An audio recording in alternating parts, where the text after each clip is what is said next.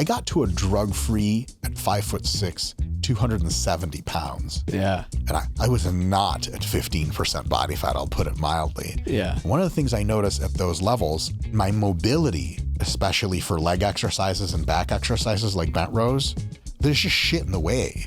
And I can't even do the techniques properly anymore. Can you be too fat for optimal muscle gain? What does the theory predict? What does the data show? And do you see any limitations of the data that you're like, ooh, yeah, there's data, but I don't know? Or is the data fairly convincing in your view? And do we have a good idea, data-driven, direct idea, not even evidence-based, because evidence-based is a combination of data and all these other insights, just sheer data-driven. Is there any reason to suspect that you can be too fat to gain muscle optimally? And someone would be like, look, you're like, I want to get ultra jacked and I already lift and I already blah, blah, blah, but I'm like kind of, over fat. And someone would be like, I think the first thing you should do is do like a 12-week fat loss phase, nothing crazy. And then we're going to come back up.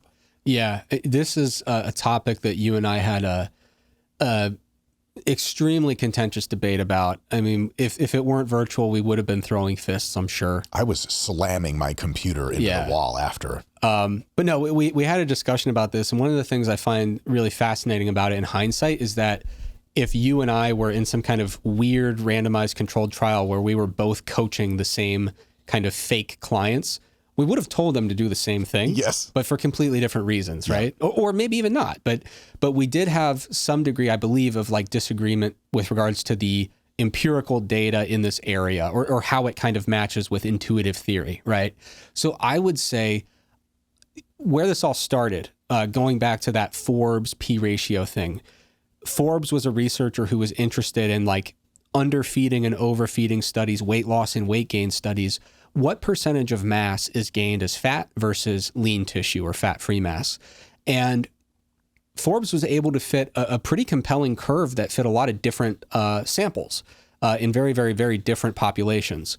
So ranging from people with anorexia nervosa to people who were like, had really, really high body fat levels and were subjected to like essentially like weird experimental fasting of like, we're going to do the most intensive weight loss study that's ever been done because we need you to lose 100 pounds immediately, Or you're going to die. Right. Like it was just like, we are going full steam ahead and we'll see what we can do.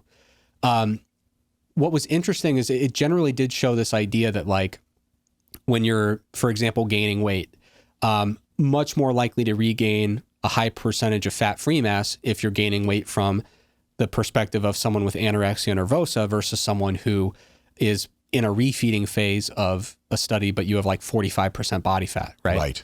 And that's extremely intuitive, makes all the sense in the world and holds up well.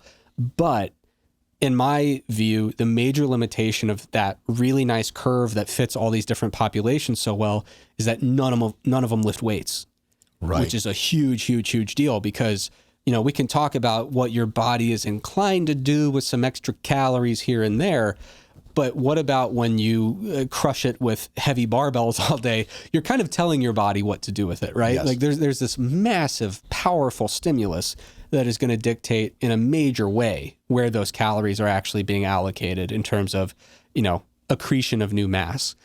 And I would acknowledge that I don't think that there is like the perfect data yet for like, hey, I'm sorry, your body fat's over this percentage. If you have any hopes of gaining fat-free mass, you necessarily are going to have to sign up for considerable fat gain to accommodate that. Like your ratio is going to be off.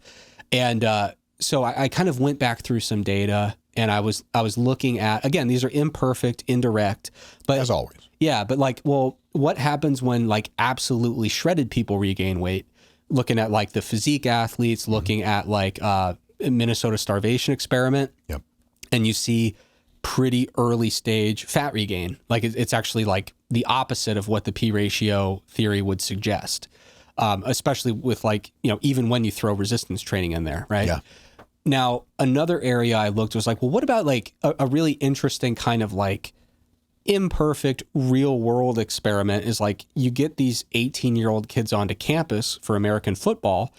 Half of your team's like 8% body fat and they all look like a Greek god in terms of their physique. The other half is like 33% body Linemen. fat. Yeah, they're like 300 pounds. Yep. And what's really unique about American football is they bring in these kids, let's say when they're 18, they're like 275 pounds. And the coach says, you are not going to smell that field until you gain 35 pounds, Yep. right? For like a defensive tackle. Yep. So it's this weird situation where you can look at like when we put these kids in literally the same environment with the same strength coach who may be altering the programs depending on position groups, like acknowledge that. Sure. But they're eating in the same cafeteria, interacting in the same environment. You know, do the linemen seem to have any kind of struggle gaining fat-free mass because of their excess adiposity at baseline? And in those populations, again, we actually tend to see the opposite, which is that they all gain pretty similar amounts of fat-free mass in the first year of that new training, new environment, et cetera, better resources.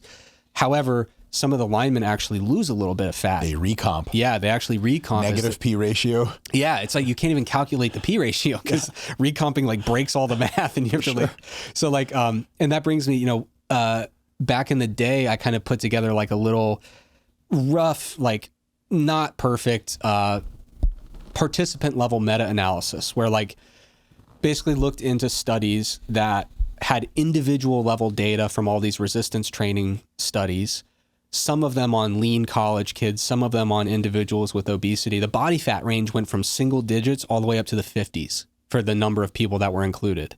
50s. Yeah. And so fit a meta regression and said like, okay, in your resistance training study, who was making lean gains, who was gaining a lot of fat along with their muscle.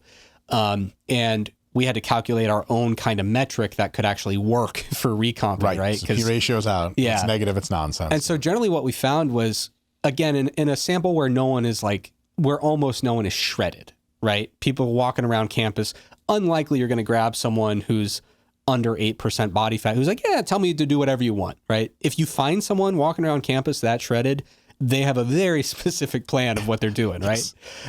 So anyway, in that participant level meta regression, basically, everyone was gaining fairly similar amounts of fat-free mass in these pretty generic resistance training studies. The only difference was the higher your baseline body fat, the more likely that you were going to recomp, right? Yeah. So a better P ratio, and again, like you said, like a negative P ratio kind of. And then finally, something we've not discussed actually is in mass, either last month or this month, I forget which one, there's a new study in sumo wrestlers. I love studies in sumo wrestlers. Sumo is an incredible sport. Very, very cool. And my theory is that people love sport because we love special. And there is very few things to me more special than watching someone who weighs 430 pounds, powerful, moving like a ballerina. Like it's So scary as hell. Oh, it's terrifying. Like when I was in high school wrestling, our heavyweight guy ended up being a really good NFL lineman. And it was just amazing to watch him wrestle. You know, heavyweights look different when they wrestle. This guy wrestled like he weighed 140 pounds. That's like, bad news. yeah. Gable Steveson, do you know who that is? Yeah, another guy where wrestles you're like he weighs 140, but he weighs 260, and you're like, Yeah. that's not fair. And people who aren't tapped into wrestling, they can't really see the Right. difference. But it's like, no, you don't move like that over 180. Right. Right. And he's 280. Yes. Like that's messed Big up. problem. Yeah. So sumo's incredible, but there's this new study just a month or two ago where they brought in these junior level sumo athletes who are like average age of about 15 or 16. And they tracked their body composition over a 6-month phase of training. Whoa. This is in Japan. Yeah. Living in the sumo communities Yeah. in the houses or whatever. Yeah. Got it. Okay. So, yeah, really cool study. Of course, with any study, there's going to be methodological things that you can nitpick a little bit. So, but by no means perfect. When I see a study, the conclusions of which I don't like, I'm just a fucking shark in the methods. Yeah. But if I like the conclusions, I just read the first sentence and I'm like, this is revealed wisdom. Yeah. Am I a scientist? Absolutely. And then like what I found was when you study like the general population or like college kids, people will say, bring me an athlete and we'll see. And then when you study athletes, they say every athlete's on steroids. Like this study's No way irrelevant. out. Yeah. I was like, okay, I quit. But yeah, you'd think that like a D3 university is like the biggest doping hub in all of That's sport. where it all happens, Yeah. man. But anyway, so these sumo athletes, again, 15, 16 years old on average. They're all like teenagers. 6 months of training, they gained 2 kilograms of body mass, and it was pure fat-free mass based on the methods used. Now, you could criticize it and say, well, they should have used a better method for body comp analysis.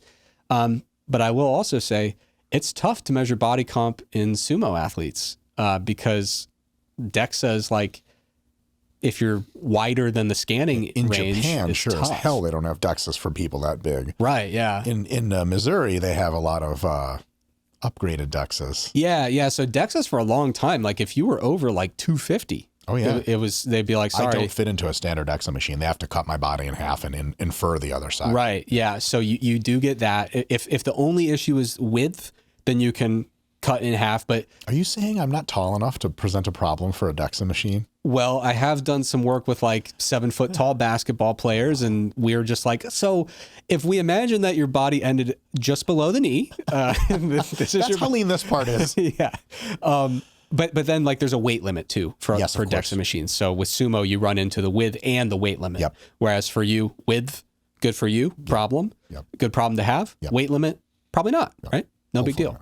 So anyway, it can be tough with sumo, and then any type of equation-based method is, they don't make equations for for sumo populations. But anyway, you know, from what they could tell, these athletes gained about 2 kilograms over this 6-month period. And it was like they gained 2.1 kilograms of fat-free mass and lost 0.1 kilograms of fat, which is pretty great. So all of that is to say, I tend to be very empirical with how I kind of assess literature, you know, and I always want to say, like, if this theory exists and it matters and, you know, the effect is big enough to care about, then I should be able, hopefully, to find some of these pockets of the literature where it hasn't been studied directly, but I can still get these little glimpses of it. I can get these little hints. That's all science is really just getting incrementally better hints at the truth. Right. We're never going to just see the whole universe as it is. Maybe when AI really takes off or something. Yeah. So what I would say based on the indirect evidence when we're looking at football linemen and sumo athletes is like, man, if there is that number where it's like, I'm at too high a body fat to make lean gains from here, all I know based on those studies is that it's higher than 33% body fat. Right. And what I know is that I don't think I've ever talked to someone over 33% body fat that said like, hey, I need to bulk up. Like, too small. Yeah. And if they are trying to bulk up from there and they're probably a defensive lineman or a sumo athlete, and I say, well, just so you know, there's a possibility you might gain a little fat along the way. And I say, I don't care. Whatever. It's more ballast. There's not a lot of like professional defensive tackles with 6-packs or sumo athletes, right? So usually by the time it could theoretically maybe be an issue beyond the bounds of that literature, it's by definition not an issue. Yeah. But I would love to see direct evidence of what people often argue for, which is, hey, you're 22% body fat as a male or 25% body fat. I know you want to get more muscular. I believe if we get you down to 15 and then bulk, that will go better than if we bulk you from here and then do a cut after. Yes. And so that type of kind of like longitudinal look at it, to my knowledge, hasn't been done to a level that we could look and say, oh, definitely that can't work, right? Yeah. Yeah. I find 2 compelling reasons to get, in some cases, somewhat leaner before bulking up. I'd like to tell them to you, and you can just tell me I'm wrong and stupid. Yeah. I'll begin to cry, but the crying does really well on YouTube. Yeah. Health probably is not optimized above 30% body fat in the vast majority of cases for males. Yeah. And so being healthy is kind of the underpinning of sport performance, almost like as a matter of principle. Sure. So if you get healthier substantially via blood work, there's a compelling case to get a little bit leaner so you have more health. Yeah. So far, so good? Oh, yeah. And I like the 30% number because I think a lot of folks, especially 5 years ago in fitness, if you said, what's that body fat number where health really starts to 10%. to nosedive? Yeah, like everyone was like, I guess you can get up to like 13%. Yeah, and it's like 15, you're fat. not even in the ballpark. But yeah, 30% is a really like 28, 30% around there. Yep, yeah. yep. The other one to me, two more that I have. This one is not as big of a deal, but I think because it's bodybuilding, it matters. Self-assessed aesthetic preference. If I'm in the gym and I'm bulking and I got a little bit of shape going, I'm looking at my pump in the mirror and I'm like, more. If I look like block of cheese, man, I'm like, why am I even in here exactly? Does that pass your vibe check as like a decent, just human reason? Of course. Okay. Yeah. And then the last one, and this is from experience for myself, because boy, had I gotten big. I got to a drug-free at 5'6", 270 pounds. Yeah. And I was not at 15% body fat, I'll put it mildly. Yeah. One of the things I noticed at those levels, I suppose that this was probably at somewhere between 25 and 30% fat in my case. My repetition endurance within a set and my set-to-set recovery endurance completely went down the drain. And my mobility, especially for leg exercises and back exercises like bent rows, there's just shit in the way. And I can't even do the techniques properly anymore. Yeah. That is a concern, or what do you think? That one's a little bit trickier because if I were to go to like peer-reviewed evidence for that, usually the context where we could get a little glimpse at that is they're bringing in people with high body fat at baseline who are not engaged in resistance training. Yes. And then they say, here, do some resistance training. And everything just gets better. Everything gets better, yeah. But I haven't seen it the opposite way where we take a resistance trained person and say, okay, we're going to bulk you up from 26% body fat to 33 and then see how your set to set or rep to rep performance changes. So yeah, I can't, that's kind of outside of the bounds of what we've got in terms of the literature. But I will say absolutely, like that's completely intuitive. And I think an area where we've agreed all along on this particular topic has been, if I'm working with someone and they come to me and say, Eric, I know I could continue building muscle at a higher body fat percentage, but I'd like to get leaner before we do that because it'll make me feel better.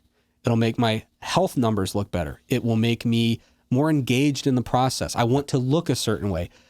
I'd be out of my mind to tell someone, no, that's stupid. We're bulking higher. Yes. The only time I would be off and be completely wrong would be if I'm a sports nutritionist and someone has come to me and said, Eric, the most important thing in the world for me is I want to be the best nose guard defensive tackle that ever played in the NFL. Problem is, I want to have a six-pack and I feel really uncomfortable over 220 pounds. Refer to a psychiatrist. But that's not going to happen, man. Right. Like, I'm sorry. Right. Like we can move you to linebacker. Yeah. You know, but yeah, outside of those like fringe cases of extremely specialized sport, 100% agree that I would never push back against any of those. I love that. There is no avoiding hard training if you want to grow. But if you want to grow the most, your training needs to be hard and smart. RP Hypertrophy app will make sure you're progressing on track, monitoring and adjusting your workout at all times. So for all that work you're doing, you can be sure you're getting the best results. So other than the time involved to cut down to a certain level, because in your earlier assessment, under 12% is when lots of people will start getting into the kind of diet fatigue that just doesn't make any sense anymore to get that runway built. Yeah. If I'm at 15 or 20% fat, it's both true to tell me, look, if you just keep going up, you'll gain tons of muscle, no problem. But it's also true to say, look, if you go down as low as 10 to 12%, as long as you still feel okay, you're not going to gain any less muscle coming out of that. And if you feel good, feel better, look self-assessment better, your health markers are better, and your endurance in the gym is better, and you can thus take the muscle closer to failure. So for example, high rep leg press. Your boy's failing when I'm at my fatter just because I can't breathe anymore. Right. My quads are like, dude, we're like at 5 RIR. I don't know what the hell's going on. So if that's all true for you, getting leaner is totally cool as long as you don't dip under like that 10 to 12%. Sure. And then so it's kind of all good things between that and 25 to 30 in your view? Yeah. And I would say the biggest thing I would add to that, because I'm totally on board with all that. The last kind of caveat, some people might be picking up on what seems like a contradiction, where I've talked a little bit about weight regain research where it's like, well, if you're cutting down and then regaining, a lot of times in that early phase, there's preferential regain of fat. We tend to see that when people we tend to see that in two particular circumstances, mostly, which also happens to be most of the weight gain literature. Yes. Which is annoying. But when people get very lean, below their lower intervention point, right? And that makes all the sense in the world. Another place where we see it that's a little less intuitive is when people have cut down and they didn't get shredded, but they lost a lot of fat-free mass on the way down.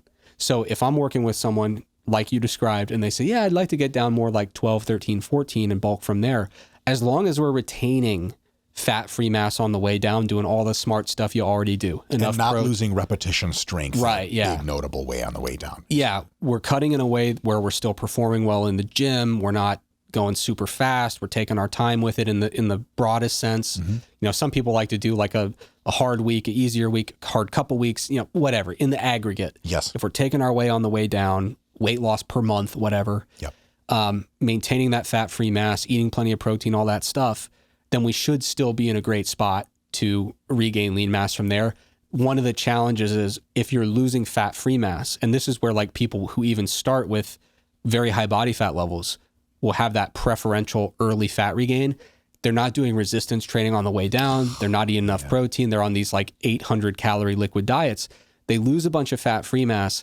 And for reasons we don't yet know, the loss of fat-free mass seems to really dramatically impact appetite on the way back up. So it makes sense. If you're losing muscle, your body's like, we're in real deep shit. Yeah. So the kind of scientific term for that is hyperphagia, which is just hunger plus. It's like you're really hungry. It's like the iPhone Plus. Yeah. It's like hyperphagia is when they're like, no, we're not talking about hunger. We're talking about hyperphagia. And so until you restore the fat-free mass that was lost, that kind of persists. And so a lot of people just have a tendency to overeat during that time frame. The slingshot effect. Basically. Exactly. And there's some great work by Abdul Dalou is the researcher's name. He's been publishing about it for like 30 years. And it's like every good paper in the area, he's like, hey guys, this still exists. I like love it. Someone else should study this too. But no, so that's kind of the key caveat is you want to make sure you're retaining that fat-free mass or muscle mass.